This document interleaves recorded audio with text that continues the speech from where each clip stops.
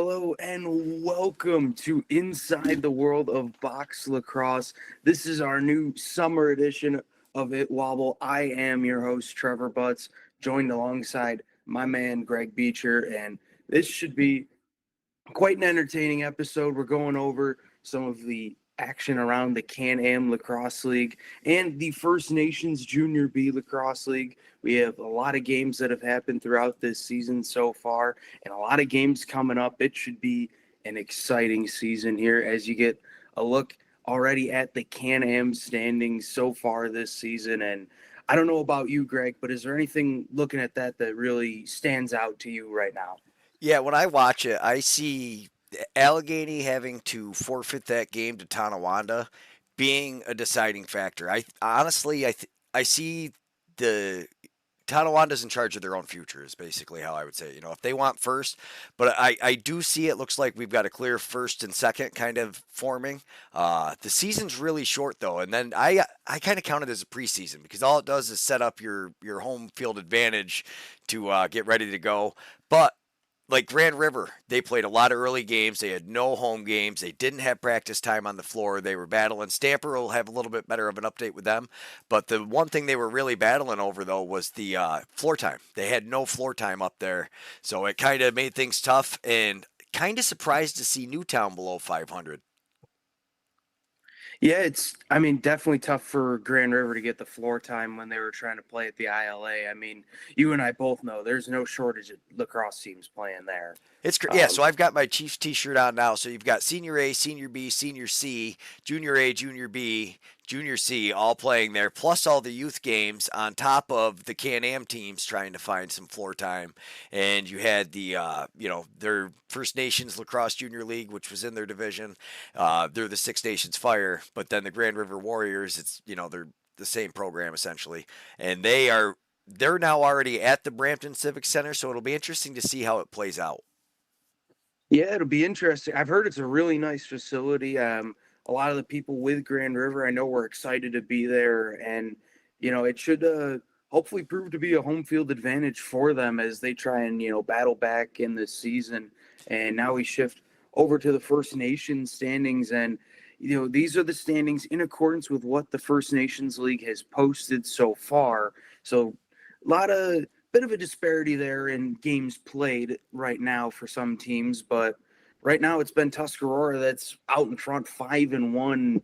Impressive start for the Junior Tomahawks. I mean, Greg, that's a team that won 5 games all last year, and they're already 5-1. Yeah, no, and I see this honestly being kind of like the Rush in the NLL, whereas they really had, it's been a lot of close games. And you look at Tonawanda, they've lost a lot of close games, but they don't, it doesn't really matter how close the game was at the end of the day. It comes down to who has that ability to get those final goals. And, having Randy Chrysler as a coach is huge. Six Nations Fire, they have Marshall Paulus and Leo Sturos coaching for them. So, there's great coaching all over the league. The Seneca War Chiefs have Darius Kilgore coaching with them now. So, that's a huge advantage. They did not, they have a lot of kids that play college, I think, is the problem, in high school that are still in the playoffs.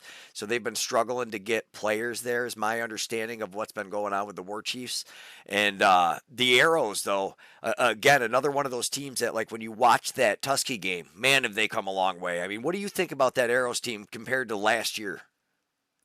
Oh my God, it's a night and day difference. I mean, for Allegheny last year to this year, and even just from earlier in the season to now. I mean, let's not forget, Greg, the first time Tuscarora and Allegheny got together for a junior game this year, the score was 22-5 in favor of Tuscarora. I mean, that's a complete drubbing, and then to turn around and a few weeks later have a close game against the Tomahawks, as we'll get to see here in a little bit. 15-13, a game that truly went down to the wire right near the end of the third period there. That's a big turnaround for Allegheny just this year alone, let alone coming from last year when they had a tough 0-10 season. Yeah, no, it was a very tough season. The one thing I really noticed about Allegheny is they have a much larger bench than they've had Yeah. last year. What Kevy's done with that program, bringing all those guys in, and to really fill the roster, kudos to him. doing great things down there. I'd also like to give a shout out to Tonawanda because they weren't even sure they were going to have a team. There's a few guys from Tonawanda that are playing on other teams because they weren't quite sure they had enough guys for a junior team, which made it even harder. So kudos to them and Casey Jonathan for stepping up over there and getting it done. I'm really interested to see how the War Chiefs play out. That'll be, kind of the story. Unfortunately, Onondaga's not in it this year, which really does stink. Some issues there. Just they lost a lot of guys to Senior A. Didn't have anybody stepping up to coach the team, and it kind of was one of those things where I think it got put off so long. It seems to just kind of there wasn't enough time by the time somebody was ready to step up. So hopefully they will be back next year. I'm fairly confident they will be. Now, as you look at these standings, I'm going to put you on the spot here. Which team from the bottom will be a threat in the playoffs? If we can call the Seneca War Chiefs at the bottom, I'll have to I'm say talking that. Allegheny or Tonawanda. But if we're talking fourth or fifth, we're talking Allegheny, Tonawanda. I mean, it's hard not to say Allegheny, especially after what I got to see the other night. They really battled against that Tuscarora team. They took it to them early, lost the control a bit throughout, but they're a young team. They'll get that experience and learn how to close out those games. As you can see, they were able to get their first win of the year over Tonawanda a few days ago. So I think Allegheny would be that threat in the playoffs right now. Yeah, my biggest thing when it comes to the playoffs, though, is Pragle. So you've got Jackson Yeah. Bob Pragle there, and we know a hot goalie in the playoffs can seriously disrupt some things. Oh, and he can take over games. Yeah, I mean we've seen games where he's had 70 saves. Yeah. It's just like, how do you do that, kid? It really, I find it mind blowing. So without further ado, let's get to some of these playoffs.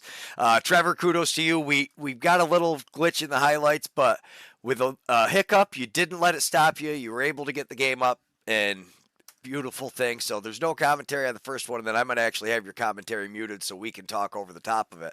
But as you're watching this game, you see the 3-0 lead. What are you thinking's going on? I mean, right off the bat, I'm thinking this is a completely different Allegheny team.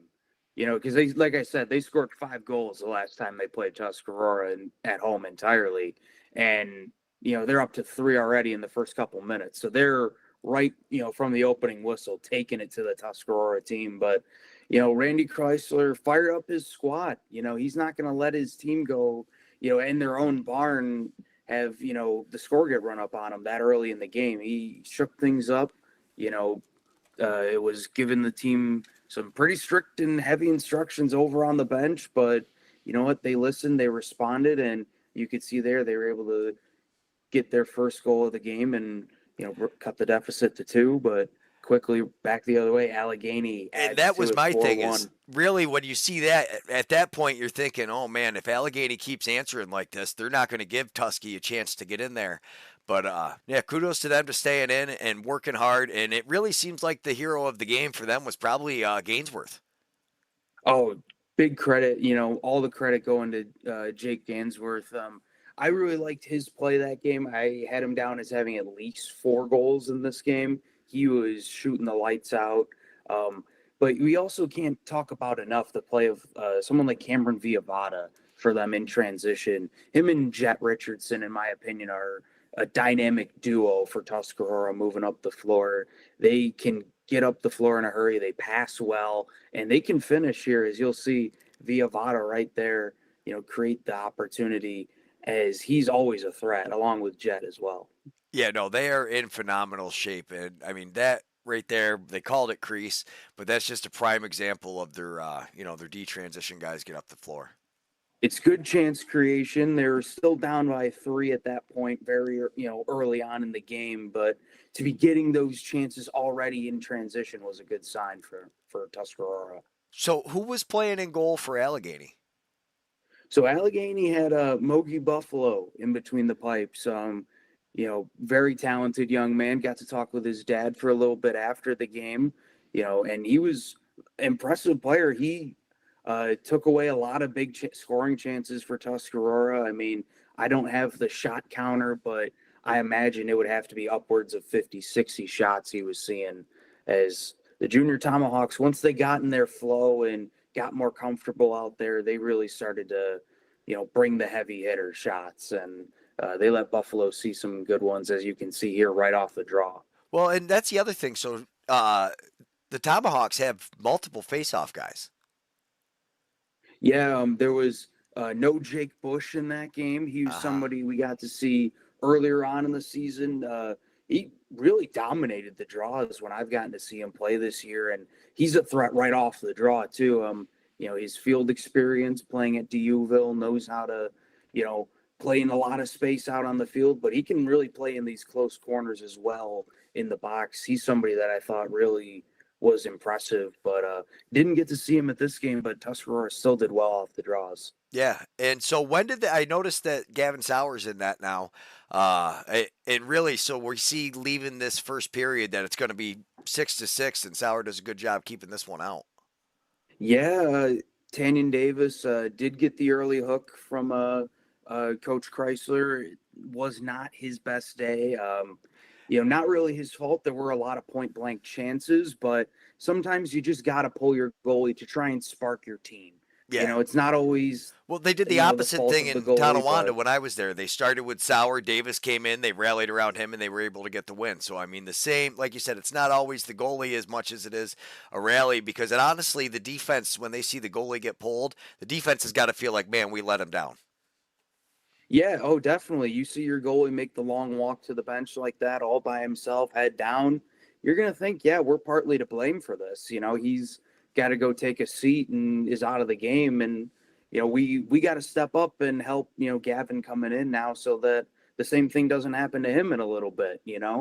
So definitely I could understand that feeling for the defenders, but you can see, the guys like Cameron Viavata, along with He's Adam Tyler 17, back right? there. Viavata's number 10 Ah, number in 10. this one. 17 is Jet Richardson, Okay, but so that it's was easy to just, get them yeah. confused. They both fly up the floor. Yeah, that was just Jet with that rebound goal, picking it up and putting it back. That was, yeah, he was huge. And really, I mean, Sauer, a guy I didn't see a lot last year as Davis was playing, and unfortunately they turned it over there and put him right back on point. But Sauer has been playing pretty good. I mean, look at it, shuts him down again there. He made a lot of big saves. A very good reactionary goalie, getting his arms up. Felt like he was moving well in the net and seeing that ball well. I mean, he more than gave him a chance to win the game, as Tuscarora would later go on to win. Yeah. No, and that is so huge. It's so hard as for a goalie to come back like that. But right here, this is just they put a ton of pressure on. Yeah, you could see turnovers leading to chances and eventually goals for Tuscarora, as the Tomahawks have the lead 8-7 now, 9-7 up it after that latest goal. Once the Tomahawk train gets rolling, they're a hard one to stop. Yeah, no, they have a lot of talent. Credit to Randy Chrysler, not only his coaching, but you really got to talk about his recruiting. That team, relatively new. It's been around the league just before COVID. I think they fired back up. And to just see all the youth he brings in. So they've got a handful of kids. Because that is the one thing. So a lot of these nations or reservations, when you go, they have a huge core group of guys. The Tuscarora Nation is pretty small. So they really rely on, Onondaga does it too, where they rely on a lot of local guys from Syracuse to kind of come into the community and fill a lot of these spots.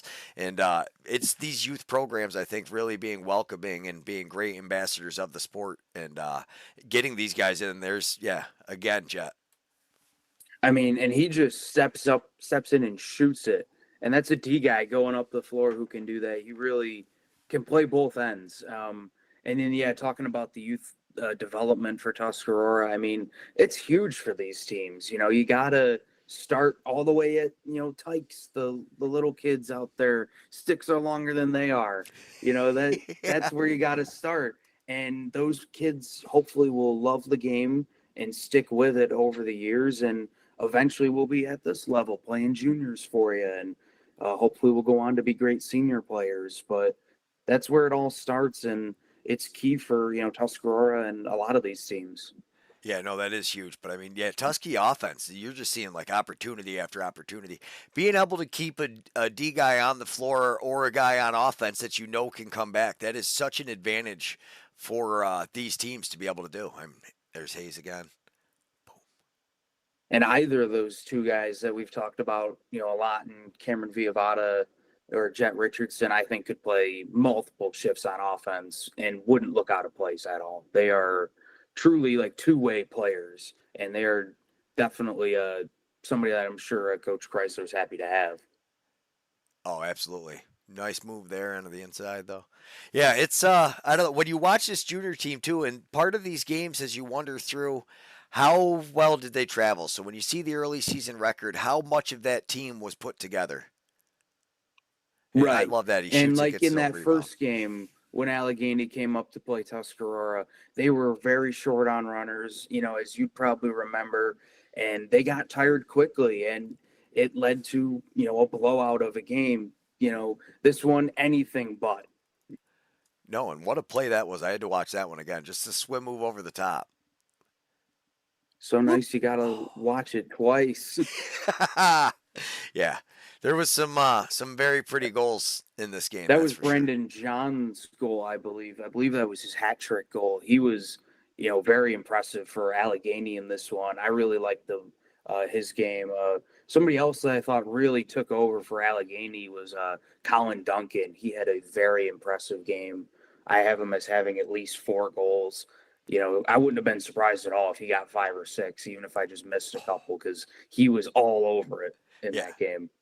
Yeah, and that's the thing, not being able to see this team. So who else were your players to watch for Allegheny? In addition to John and Duncan, Calvin George, the captain for Allegheny, I thought, really played a good game. I love the way he moved off ball, found a way to get open for his teammates, and he also was great at finding his teammates too. Great playmaker, find those open passes, and somebody who I thought was really impressive for them as well. Yeah.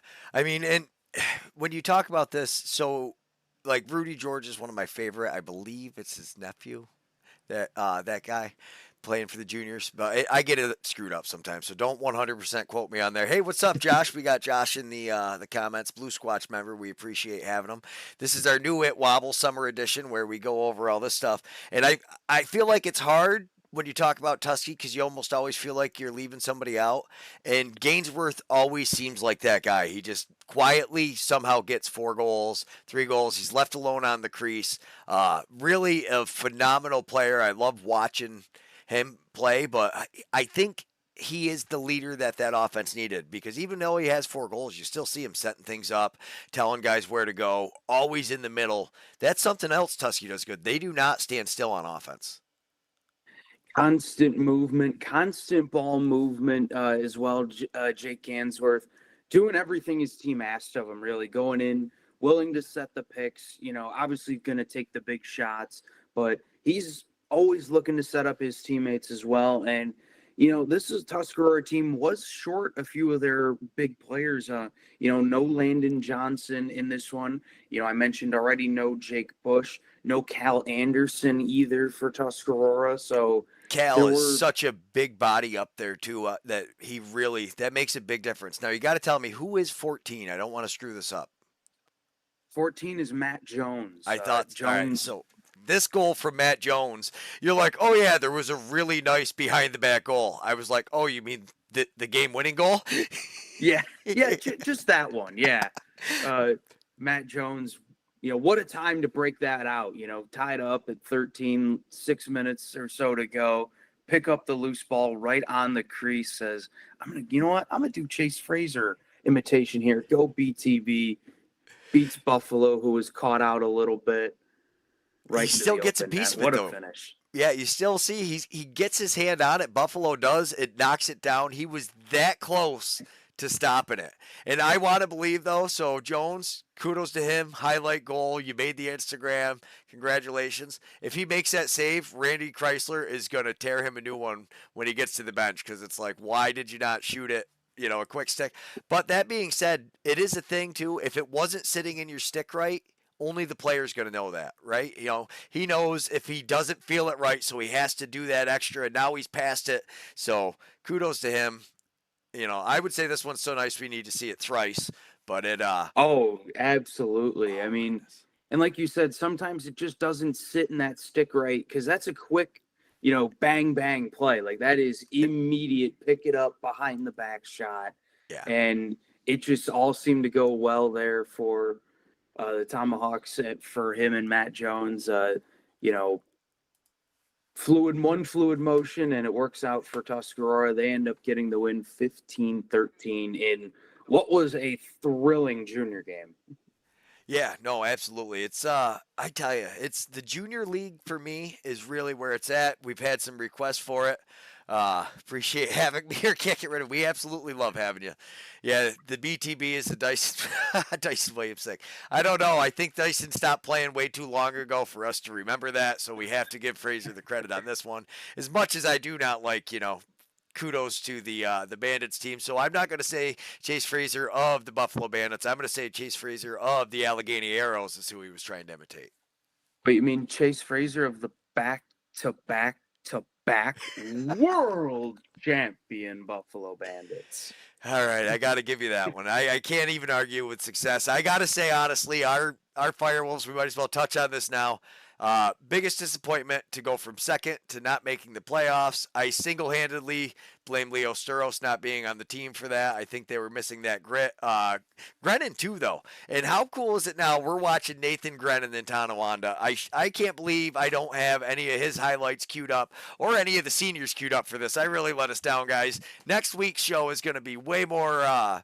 It'll have way more clips because we're going to have. So, what do you got going on, Trevor? Tell everybody this weekend. Essentially, I guess we should have started with tell everybody who you are and what you're doing now for Blue Squatch up in the nations of Tonawanda and Tuscarora and Allegheny. So, for those who do not know, my name is Trevor Butz. I proud to bring you a lot of the Blue Squatch games that you'll see here in Western New York, out as Greg mentioned, Tuscarora, Tonawanda, and we're hopefully expanding down into Allegheny very soon. Got some exciting things coming up these next few days. Going to be covering a lot of lacrosse. We got some more junior action at Cornerstone Arena coming up tomorrow. Six Nations Fire and the Tuscarora Junior Tomahawks in what should be a very entertaining game, as that'll be my first time seeing the Fire this season. And the only time I've seen the Fire and gotten to watch them play was when they were playing in Allegheny. And when I walked in, it was 19 to 10. The Fire were winning. So to see that was their only win early in the season, I don't know if they just had an all-star game. Allegheny had a bad game. I'm very interested to see what this team looks like. Stamper's going to be bringing us some coverage on them from up there. Not very much so because they're in the ILA. The one great thing about the senior team moving to the Civic Center is he went and did a speed test there. Phenomenal internet speed. Yeah, I did tune into a bit of the Six Nations Chiefs and Brooklyn game last night on YouTube, and yeah, the quality is tough out there at the ILA. I mean, it's not any fault of the people doing the work. It's just the internet and the connection is just so brutal. But I wish they great would upload it. facility. Yeah, afterwards. Yeah. Once they realize the stream is crap, upload it afterwards so we can watch the game without all the glitches. We had the same thing happen in the Eddie game. You were actually there. You had some technical difficulties. We had lots of technical difficulties on our end in Utica. It was a rough night, I'll say, but a great night for the Eddie. They end up winning. And I have to say this while we're talking, former Tuscarora Tomahawk, Zach Blount, the game-winning goal for the Utica Yeti. So huge shout out to what Randy has done there. He's pushing guys into the next level. You're seeing guys, bloom all over the place. It's crazy. So, yeah, I don't know. It was just crazy to watch Blount, 5 goals in his first Yeti game, just absolutely tearing it up. What an amazing young man. No, that sounds like a big addition up there for you guys with the Yeti. But after juniors tomorrow, be sure to stick around. We have on Friday Onondaga taking on Tonawanda. Once again, it'll be my first time getting to see Onondaga this season. The Redhawks taking on the Braves Friday night at Logan Field. I know you love going down to Logan Field, Greg. I love going down there. I'm pumped up for that one. Onondaga and Tonawanda. That should be a real big one. Well, it will be. And Onondaga has had a very interesting season so far. They played very well against Tonawanda the last time they played them. They beat Tonawanda, I believe, correct? Or no? Ta- did Tonawanda end up winning at the end? Either way, very close game. Onondaga. So the other thing with Onondaga is though when they're traveling out there, it's a very far trip. Onondaga is the farthest away for all these teams. Oh yeah, it's easily I'd say a 3 hour trip is what I'd factor on if I was making the drive out to.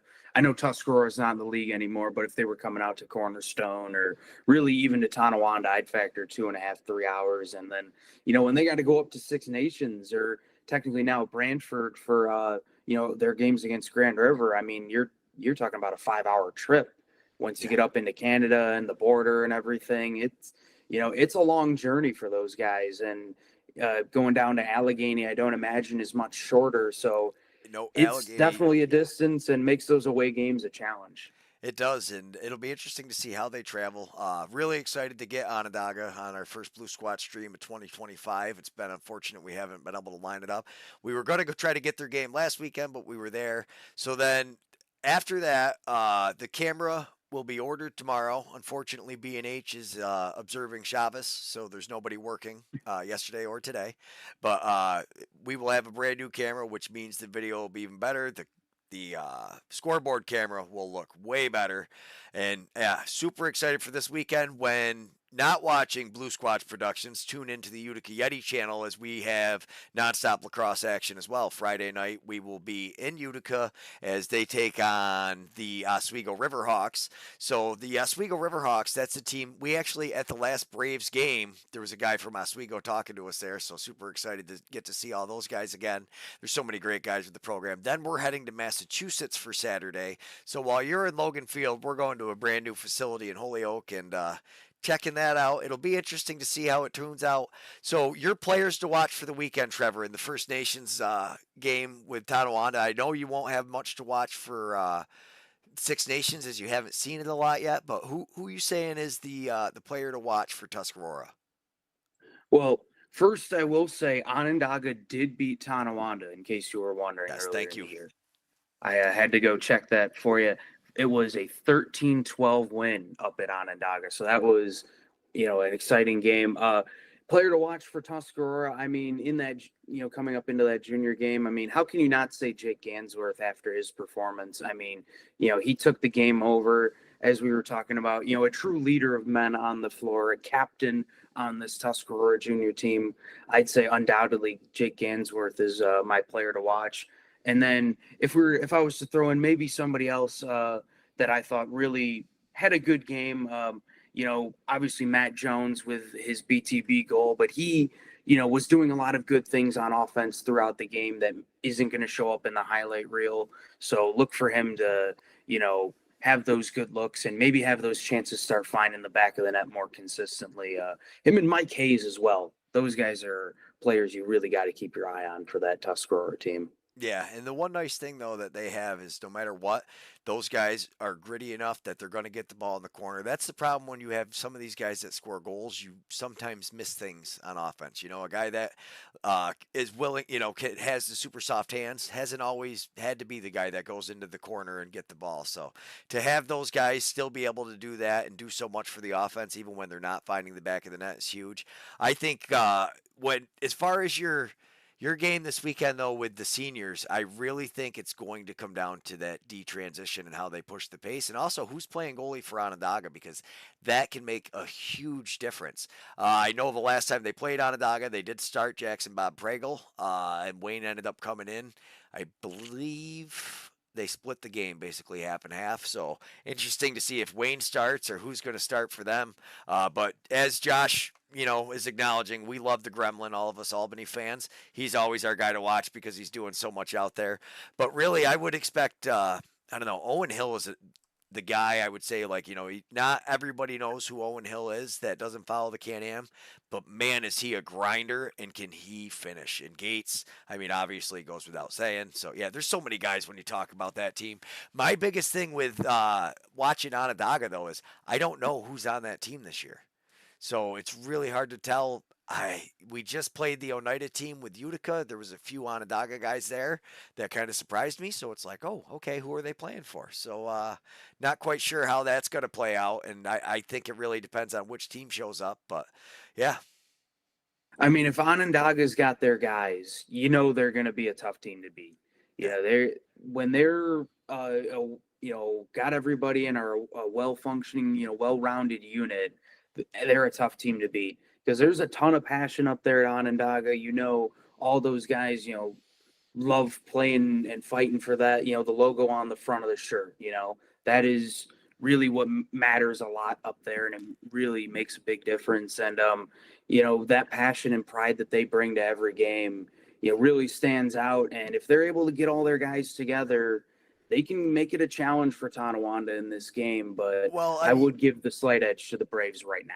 yeah, the one thing with Onondaga is they consistently have all these guys that play defense transition. Like, you got Dan Rogers. I'm really interested to see Mason Homer going into his second year D transition. He is a guy that came up. I watched him in juniors for about a year, and then I got to see him play with the men's team last year. And he can really fly, one of those guys that completely take over a game. You've always got Brody LeBourne in the back. I think Onondaga, even when they don't have a ton of guys, their defense is so solid that they don't they can get away with maybe not as many guys, and then you get Creek Cathers or Rio Johnson up front scoring goals. They don't need a million guys. They can usually make it through, but I don't know. Tonawanda's so fast this year. LeBourne was definitely a name that I was thinking of, Greg. I'm glad you mentioned him as somebody that brings that solid, stout D for Onondaga. And yeah, I mean, and then you talk about the other end, Creek Cathers, Rio Johnson. Part of their dynamic, forwards that they have. Rio, I believe, finished last year as the scoring champion. A great young player and that has got a bright future ahead of him. He's going to do some big things in the Can-Am League, for as many years as he wants. But yeah, it depends on, like you said, what Onondaga team's going to show up that day. The numbers that they have, and going up against Tonawanda at Logan Field. I mean, that's a tough task for any team, but if there's anybody that can be up to it, the Red Hawks, could be that team, and they're going to be tested this weekend. As Greg, they not only have one but two big games coming up that we should have coverage of both of them this weekend. As not only are the Red Hawks in Tonawanda on Friday, they're going to stay on the road and head to Allegheny on Saturday night for a 7 p.m. tilt with the Allegheny Arrows. And so the Red Hawks, I mean, we haven't gotten to see them much yet this year. We're going to find out a lot about them real quick because they got two big games in 2 days. Yeah, no, and we're going to get to catch both. So huge shout out to you, Trevor. We appreciate you making the trip. We know Allegheny's not that close to you, but really do appreciate you being able to, willing to put in the miles to get down there. I'm excited to stream in Allegheny is a little different than everywhere else. You've got that huge area up behind you. You're about to find the romper room. You're going to need one headphone on, and you always got to keep one off to watch the kids that are running around. And one of my favorite things there is after a goal, you'll see a bunch of the kids flock over to watch the replay screen. Then they go back to playing in the background, and then as soon as they hear everybody cheer, they come back to the replay screen. It's amazing. Shout out to Kebby for getting us down there, and huge shout out to Allegheny Clark, a new sponsor. He's going to be picking up the sponsorship with this company here pretty soon. It's going to be a big announcement next week, I believe. And oh wait, I was trying to read the comments real quick. Is Vince coming back next year? I guess he wants to hear that from you, Trevor. That's definitely not a me comment. I don't think Trevor. I think Vince should have retired 2 years ago. Is Vince coming back? Well, at the championship rally, there were lots of chance of one more year, and then eventually 5 more years started to emerge from the crowd. So I would think so. Nothing's really set in stone just yet, but it seemed like him, Paul Dawson, both seemed like they were interested in coming back. Kyle Buchanan was somebody that seemed a little bit unsure, but I mean, if any of those guys are going to go out right now, I mean, that's not a bad way to end your career after, being part of a team that just won 3 straight championships. I know Dawson came in there for the last 2, but if that's how the career wraps up, I mean, that's a pretty good way to go out. Go out on top as, as the undisputed champions, really. Yeah, no, unfortunately, you are 100% correct. They are the undisputed. I mean, really, right now, too, they're basically, since I've been following box lacrosse, they are the undefeated, undisputed heavyweight champions of the sport. So, uh, they're honestly though, I really thought the Rush had a chance, but man, did I just think Banditland was too much on Sunday or on what was it, Friday night they did it? Yeah, Friday night, I believe. Yeah, Yeah, so or that no, Friday Saturday, night. Saturday, because the first game was Friday, Okay, Saturday night. Saturday. Yeah, just too much for them to be able to handle, and that's kind of what boiled down.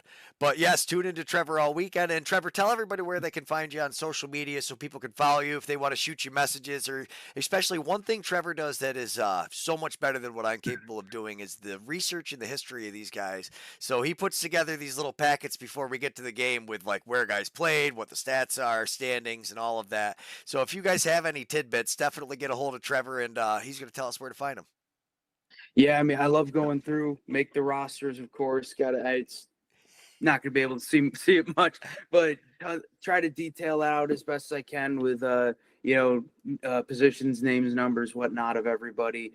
But yeah, you can find me TBUTZ82 on Twitter, Instagram, just about everything, LinkedIn, any of that stuff. TButz82 is my socials. Check it out. Drop me a follow, and yeah, like Greg said, if anybody has any little tidbits that is interesting that they want to pass along, feel free to do so, because maybe it'll end up on the broadcast.